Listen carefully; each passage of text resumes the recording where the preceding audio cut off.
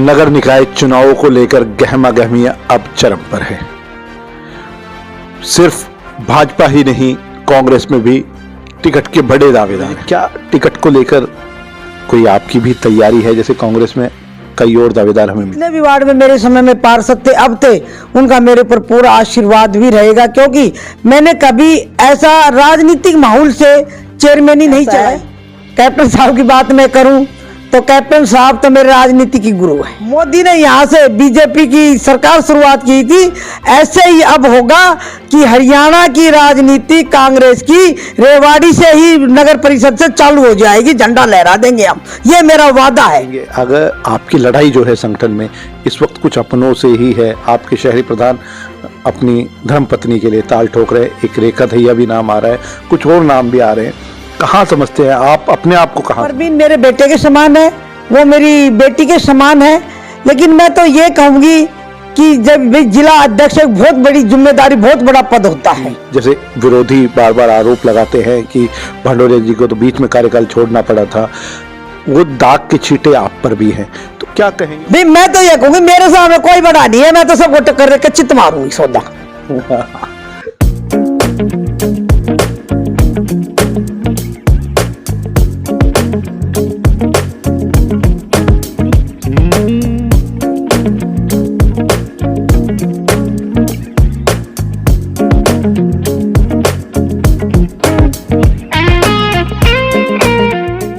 नगर निकाय चुनावों को लेकर गहमागहमियां अब चरम पर है।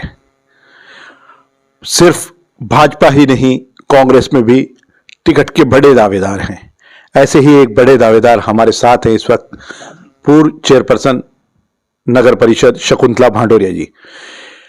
भांडोरिया जी से बातचीत करेंगे। भांडोरिया जी, क्या टिकट को लेकर कोई आपकी भी तैयारी है? जैसे कांग्रेस में कई और दावेदार हमें मिल चुके हैं।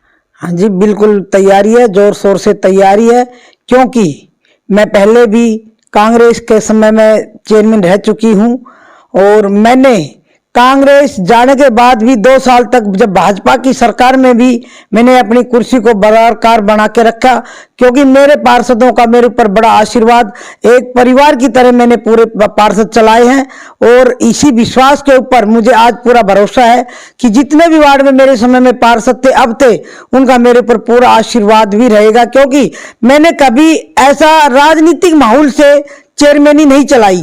मैंने एक परिवार की तरह वो चेयरमैनी चलाई है कि मैंने अपने पार्षदों के साथ इस ढंग से रही हूँ कि जैसे एक परिवार में रहते हैं, कोई राजनीति की तरह से मैंने नहीं किया।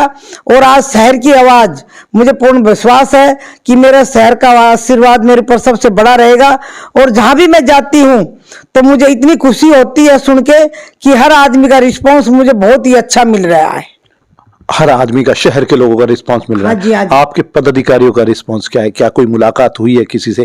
कैप्टन साहब बड़े नेता है अहिरवाल के, उनसे, आपके प्रदेश अध्यक्ष हैं, अभी संगठन भी काम कर रहा है। ऐसा है, कैप्टन साहब की बात मैं करूं तो कैप्टन साहब तो मेरे राजनीति की गुरु है और उस परिवार से ये मुझे कहने की जरूरत भी नहीं है, क्योंकि सब लोगों को, आपको पता है, आपके शहर के हो कि कप्तान साहब के घर में एक परिवार की तरह हमेशा मेरा रिश्ता रहा है। परिवार के उनके रिश्तेदारों से, चाहे वो गोकलगढ़ वाले हो, चाहे मैडम हो, मैंने तो कभी वो ऐसे रही हूँ जैसे एक परिवार में रहते हैं, तो ऐसी कोई बात नहीं, पूरा आशीर्वाद है। मैं कप्तान साहब से, मैडम से, चंजी राव सबसे मिलती रहती हूँ। मैं प्रदेश अध्यक्ष से भी मुलाकात करी है, मैंने उनको भी कहा है कि, और ये भी मैंने कहा है कि जी कांग्रेस में मैं 10 साल लगातार जिला अध्यक्ष रही हूँ महिला विंग की, मैं 5 साल तक अपने प्रदेश की उपाध्यक्ष रही हूँ, 3.5 साल मैं हरियाणा की प्रवक्ता भी रही हूँ, मेवात की प्रभारी रही हूँ। भजन लाल के समय में मैंने कांग्रेस की सदस्यता ली थी, तो मेरा तो सारा जीवन कांग्रेस के साथ ही गया।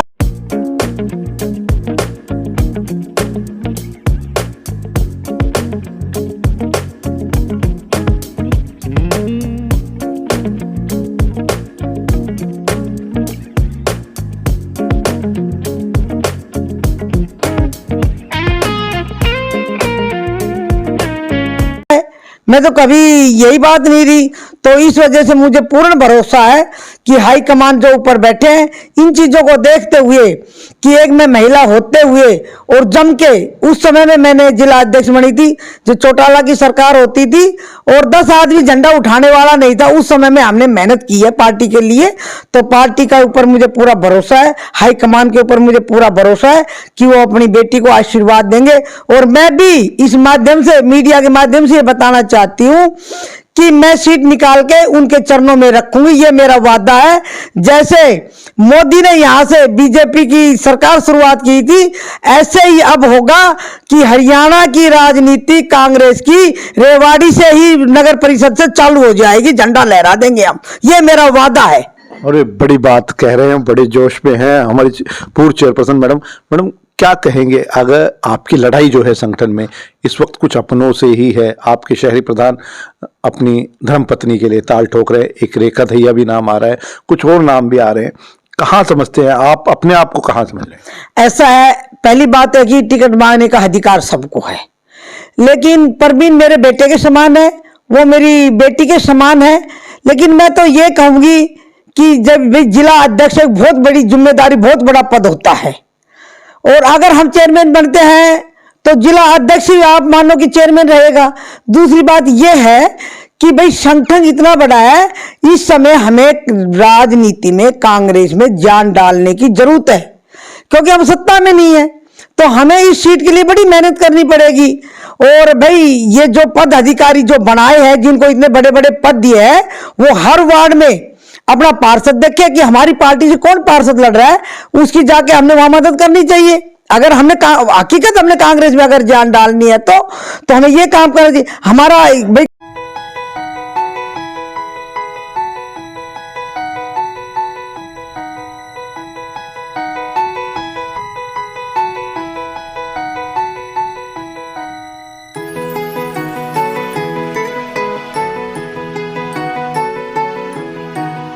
कैंडिडेट हम देखे, चेयरमैन का जो हमें लड़ाना है, तो चेयरमैन हम अच्छा कैंडिडेट देके उसकी हम मदद करें, और मदद करके ये हम साबित करके दिखाएं कि जो नया जो आज कार्यकारिणी जो संगठन खड़ा हुआ है, उस संगठन ने कितना मजबूत काम किया है। आगे ये राहुल तक ये रिपोर्ट जाए, और हमारे यहाँ के कार्यकर्ताओं का जो ठंगसन बने, जो जिला अध्यक्ष जो भी बने हैं दोनों, उनका नाम होए, और राहुल गांधी इनको शाबाशी दे, इनका सिर पे हाथ रखेगा, आप लोगों का साथ दे, मतलब हाँ जी बिल्कुल। अच्छा अपना चेयरमैन लाओ, ये अपना चेयरमैन लाओ। और मैं ये दावे से कहती हूँ कि टिकट मांगना मेरा एक राइट है, और राइट ये है कि जब भी हमारी सीट आई है, महिला की सीट आई है, और मैं पहले रह चुकी हूँ, और मैं तो पहले भी जनरल वार्ड से जीत के बनी थी। जब मैं पहली बार जब मैं चेयरमैन बनी तो मैं तो आप जनरल वार्ड से बनी थी। दूसरी बात ये कि पहला केस रेवाड़ी में आज तक ये है कि 50 साल के रिकॉर्ड में पहली बार शकुंतला भांडोरिया जनरल वार्ड से जीत के गई थी। बड़ी बात है, बड़ी बात कह रहे। चेयरपर्सन बनने का मौका मिलता है या चुनाव में जब टिकट मिलती है, तो क्या बड़े मुद्दे हैं जो आपकी नजरों में हैं शहर के, जिनको लेकर आप आगे बढ़ रहे हैं?